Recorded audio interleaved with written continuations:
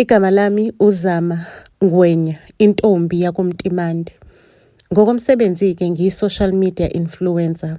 Ama-companies ayangikhokhela ukuthi ngi-advertise ama-brands wabo. Niyangibona-ke nani ukuthi ngiyintokazi esukile impela phansi. Ngimuhle, ngiyabukeka. Ngokwamathando-ke ngisemathandweni noNjabulo wakaNxumalo Isibongo, phansi le eShowe. uNjabulo kumuntu wami sisemathandweni olunye, uthando leli olunzulu, uthando olujulile. Ngelinye ilanga kumuntu wami wangibheka ngqo enhlambini zamehlo, wangitshela ukuthi usehlela ukuthi athumele incwadi lapha ekhaya yokuthi ucela ukuthi azoletha amalobolo ngoba usefuna ukuthi into yethu ayenze official. Ngokwemsebenzi mina noNjabulo siseThekwini.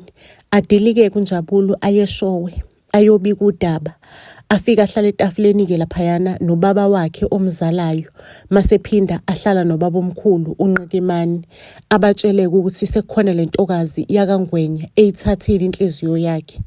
Uyafisa ukuthi umndeni ungamsiza ukuthi abhale incwadi ihambe iye lapha koNgwenya, abatshele ukuthi usefuna ukukhala imbali la ibonile. Asho nje udaba lakhe ukuthi nemali yamalobolo useyibeke ngokwanele. Hake ubaba omkhulu wendoda yami uNqikemane athi, hayi mntanami, mina ngibona ukuthi ake uyimeme le ntombi ize la emagcekeni lekhaya, sithi ukuyibona ukuthi inyathela kanjani, siyibone ngisho nanendlela le kubuka ngayo mangabe kubuka ukuthi iyakuthanda yini. Mntanami sekwagcalwa ama-scam kakhulu. Amantombazane aseyifunela imali, futhi mntanami nawe uyayibonela ukuthi ebhizinisini wenza kahle kakhulu, usebenza kahle emsebenzini wakho bakuthembile, uhola imali enhle kabi. Ungavumeli ukuthi intombazane usheshe uyithathe ungakayiboni. Awuze sikusize nathi mntanami because siyakuthanda, konke sikufunayo sikufunela wena. Ake ubaba wendoda yami avumelaneke namagama ashiwo ubaba omkhulu wendoda yami uNqikemane, athi hayi izinto ey'bekumfoka baba la uNqikemane zinamandla kakhulu ndodana, ayizintombi siyibone lekhaya. Ngicela ukunitshela-ke ngathi mengixoxela uma ngisho ukuthi kubo kandoda yami umuntu le ngihlekisana naye engibambisene naye bathi bacela ukuthi ngize bazongibona, ngike ngithi nje ukushalela amagceke ngihlale nabo mhlawumbe isontonyana or amasonto amabili, bathi ukungifunda kanconywana ngaphambi kokuba umfana wabo azoletha amalobolo. Uma wanqaba wathi awukwazi ukuyokotiza bengakakhiphi ngisho nenkomo eyodwa, bona abaloboleke uzohamba kuyokotiza before umshado. Shukuthi ubaba omkhulu wendoda yami udiniwe uyafa laphayana uNqikemane. Sibona uNqikemane ekhuluma nendodana yakhe, bayaxoxa ukuthi yini engathi le ngane le ifike yafunda yathola umsebenzi, isifuna ukuthatha umfazi, yaphumelela kukona konke. Kusho uNqikemane etshela indodana yakhe endala ukuthi kuzomele bawuvimbe lo mshado ungenzeki ngenxa yokuthi yona indodana yakhe endala umbuzana uyafeyila ngayo yonke into empilweni, akaphumelela, akanamakoti, akafundile, nje usawujika nelanga lapha ekhaya. Kuzomele bayivimbe lento, yimbi lento yokuthi le ngane le kabhuti kube yiyona kuphela ephumelelayo. Kusho uNqikemane. Masumbuzana athi hayi baba, mhlampe singawuyeka umshado wenzeke njengoba umakoti esenqabile ukuzokotiza. Singawuyeka umshado wenzeke mase simbamba la emncane ngakhona, simswishe sebeshadile. Kucaceke nje ukuthi uNqikemane akayizwisisi lento le, akayizwisisi, yena ufuna ukuthi umshado nje ungenzeki. Aphendule kumbuzana, baba mucabanga ukuthi if umshado awenzeki umfowethu sobe sikwazi ukuthi simphucele imali anayo, asimyeke ashade. Mase-ke simthole seshadile, simhlukumeze ahlupheke engasasiyedwa, esenomndeni mhlawumbe esenomfazi nezingane. Kucaca uNqikemane ukuthi iyakudeke lento le, ukuthi kuzobe kube khona nabantwana, wena mbuzana ungenabo abantwana. Ayike ngicela ukunitshela ukuthi umndeni-ke wakhe phela uNjabulo umuntu wami ukhiphe umlayezo wokuthi ufisa ukuthi sishadele emakhaya, awufisi ukuthi umshado kube umshado wasedolobheni ngoba uNjabulo umntwana wabo owakhona khona la eShowe, so bafuna ukuthi umshado ube seShowe. Ngicela ukunitshela ukuthi indumezulu yomshado Sathatha nje amahholo, ihholo laseshowe salisasa la decorate, ngangithole i-top notch ye-decoration, walidecorate ngama-sunflower. Kwaba kuhle emshadweni wethu. Umshado wethu was amazing. Umshado wethu was beautiful. Hayi-ke emva komshado-ke bafethu, uyazi ukuthi emakhaya kumele uyiveze, uyibonise ukuthi ubani, ukotizeke. So nami I tried, ngakotiza, ngapheka isiphihli sokudla, ngadeka amatafula, ngifuna ukujabulisa umndeni wakandoda.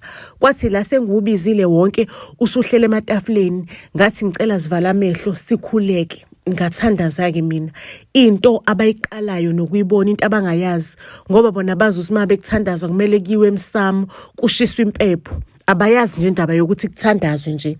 Umyeni wami ubekasejabulile, umbona ukuthi la ngithatha umfazi, ngiyayiqhenya ngempela ngokuthi ngithatha umfazi.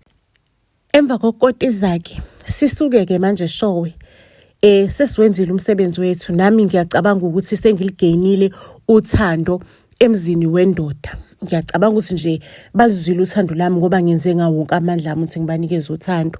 Sibuyele eThekwini-ke manje. Mesifika eThekwini, umina nendoda yami honeymoon, siyathandana man, like sisemathandweni, like umshado into enhle kakhulu, like it was beautiful. Bekumnandi emendweni wami. Cela ukunitshela ukuthi indoda yami-ke ibuyele emsebenzini wayo-ke, because bekunale project enkulu indoda yami bikade isebenzela kuyona. So bizoba ne-presentation eshisayo indoda yami, presentation yomhlaba, i-presentation yonyaka. Ifuna ukupresenta kubantu ekumele kube yibona abasponsorisha le project enkulu, kumele basponsorishe i-project. Ayike indoda yami-ke ihambe ngokukhulu ukuyithemba iye boardroom iyohlangana nalabo bantu-ke. Hayike ifike eboardroom indoda yami ikifizeke, ichaze iplan, ichaze yonke into, isho nama-budget nokuthi how much are they going to profit le nkampani if they come into bed with the company yabo, bayasebenzisana nekhampani yabo. Ayike indoda yami-ke iphume emeetingini-ke vele iyithemba, isihleli lapha kwikhompyutha isirephapha yonke into kade ikhuluma laphayana kwi-meeting, ibhizi ngama-email labantu laba ekumele babe i-client or part of this project. Because like i-plan indoda yami, it was a big plan, it was a huge plan. Hayike indoda yami izwe-ke isibizwa ibhosi yayo-ke, vele iyahamba lapha iyamoyizela, ismayila yodwa ukuthi nje sho ukuthi ibhosi iyoncoma ukuthi hayi lapha ndoda ushayile, yazi laphayana ushayile, wabakhumula amakawosi laphayana, iplan yakho it's so big and amazing, I love it.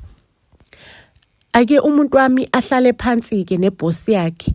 Ibhosi indaba eyayikhuluma umuntu wami zamshiya ecobekile, zamshiya ekhathele, engakholwa, wathuka isimanga. Ibhosi imtshela ukuthi abantu lekade upresenta kubona bathi bayayithanda i-idea, umuntu abangamthandi wena, bathi bayafisa ukuthi baqhubeke nenkampani nale idea, kuphume wena kulowo project. Jess Maria ma, indoda yami ithi ngiphuma kanjani kwi-project ekuwumina oqhamuke nalo idea, I'm the one ocreate lo project, ngiphuma kanjani?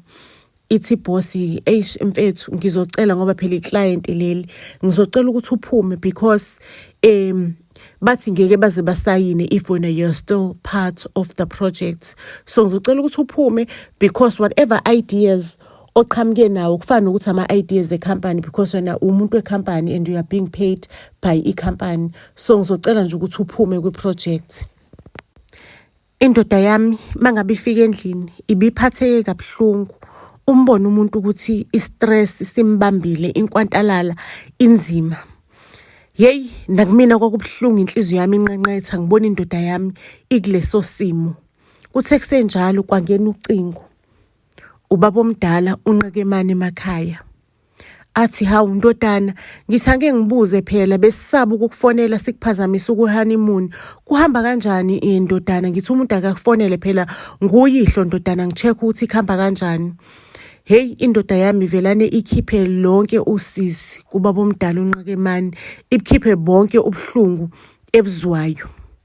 isho ukuthi lapha emsebenzini kunendaba kune project enkulu eqhamuke nami gwiqiqise ngiqeda ukuyitshela belungu sebethi bafuna ukungikhipha kwi project eqhamuke nami babomkhulu. Le project kwakuyiphupho lami nje into engangiyiplana ngisewumntwana. Hayi-ke ubaba omkhulu uNqekemane athi yazi ndodana into enjengalezo zenziwe ukuthi mhlawumbe abantu osebenza nabo banomona babona ukuthi kade ushada nepentshisi lonkosikazi omusha sebezama ukukuphambanisela into zakho. Kuzomela ukuthi ubuye ndodana uze ekhaya nje khona kusasa lokho kusayo. Uze la uzokhuza imoya emibi, uyikhuze lapha emsamo, uyikhuze okhambeni. Silayithe impepho ndodana, sikucelele madlozini ukuthi angayenzi into enjengaleyo, ukuthi akuyekele angakuprotect ngoba abantu ndodana la ngaphandle bayalwa. Wena uzobe uyiphilela impilo enormal kanti abantu ba-against wena bayalwa futhi balwa kakhulu. Ake mina nomuntu wami siyehlika-ke manje siyeshowe. Umuntu wami ulandela isiluleko sikababa omkhulu uNqekemane because ubaba omkhulu uNqekemane bekuwumuntu okholelwayo emadlozini futhi elithandaza idlozi ekholelwa emsamo. Hayi-ke sehlike kumina nomuntu wami sifike vele emakhaya kuthandazwe emsamo. Ngicela ukuntshela ukuthi umuntu wami wathi ebuya nje mefika emsebenzini ibosi futhi wafica isimlindile yamhlalisa phansi yamtshela-ke yathi Njabulo ayi ndoda njengoba le nkampani ithe ayikufuni kwi-project la inkampani yethu yazi ukuthi bingasenayo i-project ama-project wonke kade sinawo bekasefika ekugcineni. So manje ndoda ngesikwazi ukuthi sikukhiphe la sikugcine le nkampanini angesisaba nawo umsebenzi wakho because if le nkampani le ayikufuni kwi-project yabo sizokwenzani Njabulo. Ngiyaxolisa kakhulu Njabulo but I will have to let you go. Umuntu wami ayithobe ebhosini athi ngicela ukubuza ukuthi mhlawumbe ngabe yikhona yini izathu le nkampani le ethi ayingifuneli zona, mhlawumbe izinto ezingalungiswa because le project le umine ngiqhamuke nayo, umine ngiyazi A to Z. Bathi nje bathi unesidina awuthandeki nje unaloxhifi abangawufuni ngawo vela nobacike ukuthi abaphalazi bacikeke. Nami Njabulo nginokizwa lonto leyo seloko nje isanda kuqala nje selokwaqala ipresentation kunalento mani engicikayo ngawe evelane nje ingicasule inginyanyise njengawe Njabulo. Kodwa Njabulo umuntu ohlakaniphe kakhulu netalent. Ungahamba uphuma ungena kwezinye inkampani ngizokwenzela nje i-reference letter egudi kabi ngisho ukuthi sixakwe indaba zezimali ingakho ngikudedelile lemsebenzini. So nje uzothola Njabulo umsebenzi ungawari ukuthi izinto azikubhedelile la akusho ukuthi sezohlezi kubhedela yonke indawo.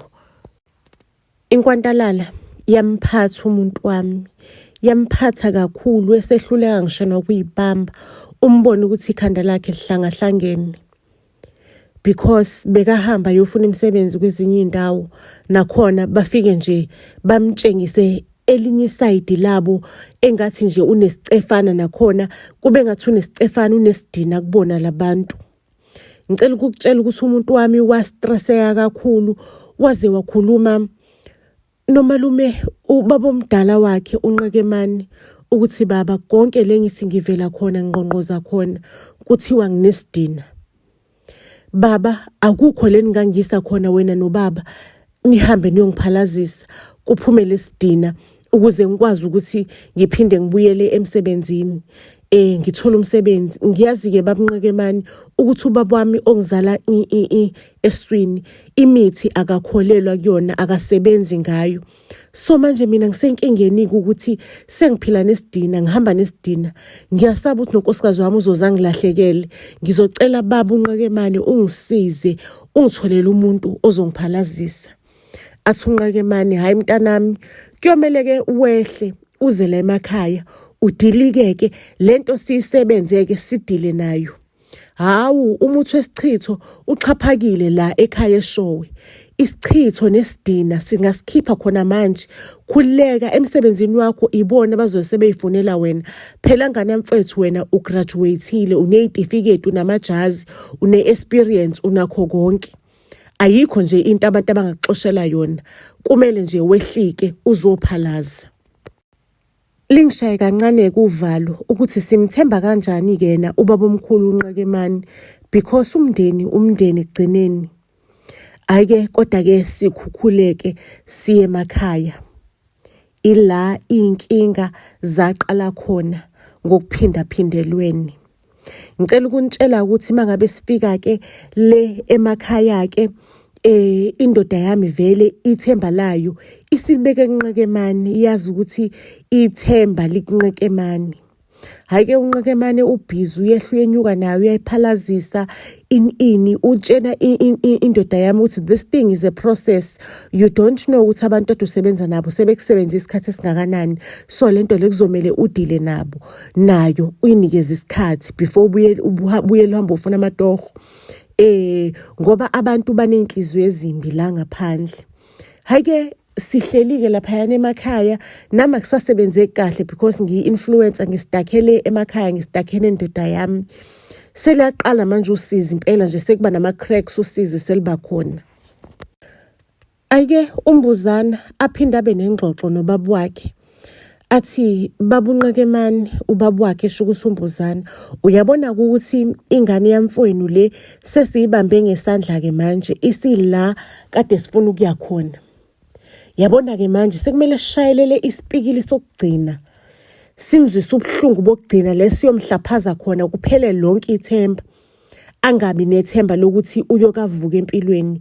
Yena bekayitshela ukuthi ubani, ibhabhela phezulu, ihambele emafwini, eyibone sifundiswa, ephakamisa amakhala, ekhuluma iy'ngisi ey'nkulu ngoba naku mina umfowabo ngahlulwa isikole. Kumele sishaye isipikili sokugcina-ke manje ukuthi sivelane sibahlukanise nomfazi wakhe. Abuze-ke uNqekemane-ke sho ukuthi ubaba omkhulu endoda yami ebuza indodana yakhe umbuzana, wenkunzana awungitshele ziyazwana-ke uNqekemane nombuzana ingane yakhe ziyazwana futhi ziyaxabana. Mangabe isisukile uzwa seyibhongelana kubhongorosha kuba ngeke umsindo, kodwa-ke umbuzana abuye ehlele ngezansi ngoba uyamhlonipha uNqekemane. Aqhubeke umbuzana necebo lakhe or iplani lakhe analo engqondweni. Athi yazi mina baba Nqekemane, ngicabanga ukuthi mangase siyinyomfe lapha kumfazi, unikeze sipho umfazi or simfakele amakhambi or nje simbize okhambeni. Athambele mina ukuthi ngizongena ekamereni naye, kusho umbuzana, and ungena kwami naye ekamereni ngenze sure ukuthi indoda yakhe iyabamba. Lapho indoda yakhe siyobe sesihlakaze okugcina, sesiyiluzise ithemba okokuqala kokugcina. Umoya wayo uyophuka, ingazi ukuthi iyothembela kubani because uyambona ukuthi lo mfana lo uyamthanda umfazi wakhe. Mangabe sesimxabanise lo mfazi wakhe ebexatshaniswe yimina umuntu omndeni, ebethembe wena Nqekemane, ithemba lakhe liyophela, amathemba akhe ayoshabalala. Anqabeke uNqekemane athi uyabona umfowethu la ejardini sihlelisene kahle kabi, akaboni lutho, akasuspecti lutho, ayikho into angakhala ngayo. Mangase-ke kungene wena lapha emfazini sobe sixabanisa umndeni, ngcono nje thina mangabe siyishaya underground. Mhlampe thina into esingayenza singabenza ukuthi laba boyi-2 baxabane, singabenza ukuthi nje laba boyi-2 baxabane, into yabo ingabikhona. Ayikusenjalo-ke indoda yami isaxakekile, isakuloso simo nje sokuthi impela kubi izinto. Ngiyibuze ngithi mina kunganjani because mina ngiyi-social media influencer. Sivelane sikhombise nje le life yethu yale makhaya, sijoyine amakhanda, siveze le social media i-life yethu yasemakhaya ukuthi siphila kanjani ekuseni mesikhipha iy'nkukhu emawokweni, sikhipha iy'mbuzi, sithelela iy'nkukhu umgqakazo. Nje sitshengise everything and tell people ukuthi uvela kuphi, umsebenzi waphela kanjani. Sixoxe, we need to tell your story. Kwi-social media, we need to tell our story. Ake siqaleke nge-social media yethu and sixoxe story sethu kwi-social media. Shukuthi ngale uNqekemane nengane yakhe umbuzana basabhizi-ke basaplanela ukuthi mina umfazi njengoba nakumfazi lekhaya ngilale nomuntu wangaphandle ukuze bahlaphaze bahlikize impilo yomyeni wami uNjabulo. Ngicela ukunitshela ukuthi uNqekemane banombuzana bavumelana ukuthi ikhona into abazofike bangishisele yona lapha ekamereni mase baletha lo muntu wangaphandle. Shuthi plan yabo kwakuwukuthi indoda yami bazoyitshela ukuthi ngalolo langa kumele ihambe iyophalaza ebusuku. Bahambe bayoyiphalazisa, ahamba ayoyiphalazisa ubaba omkhulu uNqekemane. Mase kuthi lo muntu bashise lento erumini lami, mase benyenyobisa lo muntu ukuthi azongena erumini lami. Indoda ingathi iqeda ukuphalaza ingifice mina ngisekamereni nomunye umuntu. Ngicela ukunitshela ukuthi angisho thina sekwi-social media mina nendoda yami sivumelene ukuthi nje we just wanna share our story, wanna share our life. Shukuthi sivumelane ngokuthi sizobeka imicamelo lapha yana ekamereni engathi ngilele ukuze whoever mhlambe ofikayo azochecka ayitshela ukuthi ngilele aphuma hambe. Ake sibeke ke imicamelo kanti mina nje ngifuna ukuyorecorda the entire process ngicashile ngamakhona. Ngicela ukunitshela ukuthi ifikishiswe ke imithi mase ke umbuzana angenise lo muntu ekamereni mase ayakhiya ukhiye awuthathe ahamba yonikeza umnyeni wami. Ngicela ukukutshela ukuthi lo muntu mangabe ethi uyafica lapha yana embedeni akukho muntu akukho muntu kukhona imicamelo kukhiwe ke ngaphandle umuntu akasanawo ukukhiye wokuthi aphume ahambe. Ake thina ke nomuntu wami umuntu wami uNjabulo mangabe uNjabulo ephuma kophalaza ke kade ngiphuma ukuyomvidorize uphethe ukhiya ngisho ukhiya ulethele umbuzana ukuthi ukhiyile ekamereni lakhe. Ayike mangabe sithi siyavula sifica umuntu phakathi. Ake lo muntu athi asithuleni singaba ngumsindo because mangasatholakala lana umphakathi ungaphuma umshaye uzositshela iqiniso lonke. Hayike umuntu alibeka udaba njengoba lunjalo ukuthi bekathunywe la umbuzana kanye nobaba omkhulu uNqekemane ukuthi nje azosixabanisa bafike bashunqisa something. Lento abayishunqisile bizokwenza mina nje ngizizwe ngenye indlela ngidideke ngilale nalomuntu. Iplan bekuwukuthi silale mina nalomuntu mase ke indoda yami isifica silele. Ngicela ukukutshela ke it's when we realized ukuthi uNqekemane is behind everything. Ake nje sahambe ekhaya engathi nje khona sisayokulungisa eThekwini siyabuya ngoba vele oNqekemane bebazi ukuthi siphile entandeni yesandla sabo. Nalomuntu samtshela nje ukuthi akothi ulalile nami kodwa indoda abingakaboni ucela baphinde basethe olunye usuku ukuthi azolala futhi akothi nje ulalile nami angakhuluma into eziningi angasho ukuthi simbambile because washo ukuthi simbambile indaba siyoyikhuluma zigcwale ku-community yonke. Ngicela ukunitshela ukuthi savelane sahamba engathi siyabuya sahamba sayolungisa udaba lolu Nqekemane sesifake kulona salungisa izinto zabiyele esimweni. Guess what? Indoda yami kwi-project laye yayiqalile abantu babestakile because ivision bekweyendoda yami bese beyifuna back. Kwasho ukuthi indoda yami ithi no, my vision is my vision, not unless ningenza i-shareholder ngazi ukuthi I will forever benefit from my vision. Ngikhuluma nje mina nendoda yami emshadweni wethu sijabulile kakhulu, si happy.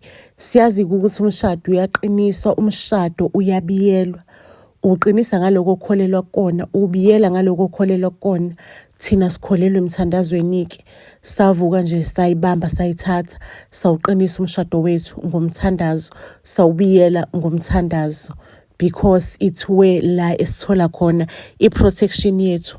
Sinabantwana ke mase kuthi uNqekemane ke nendodana yakhe umbuzana basaphashile le emakhaya.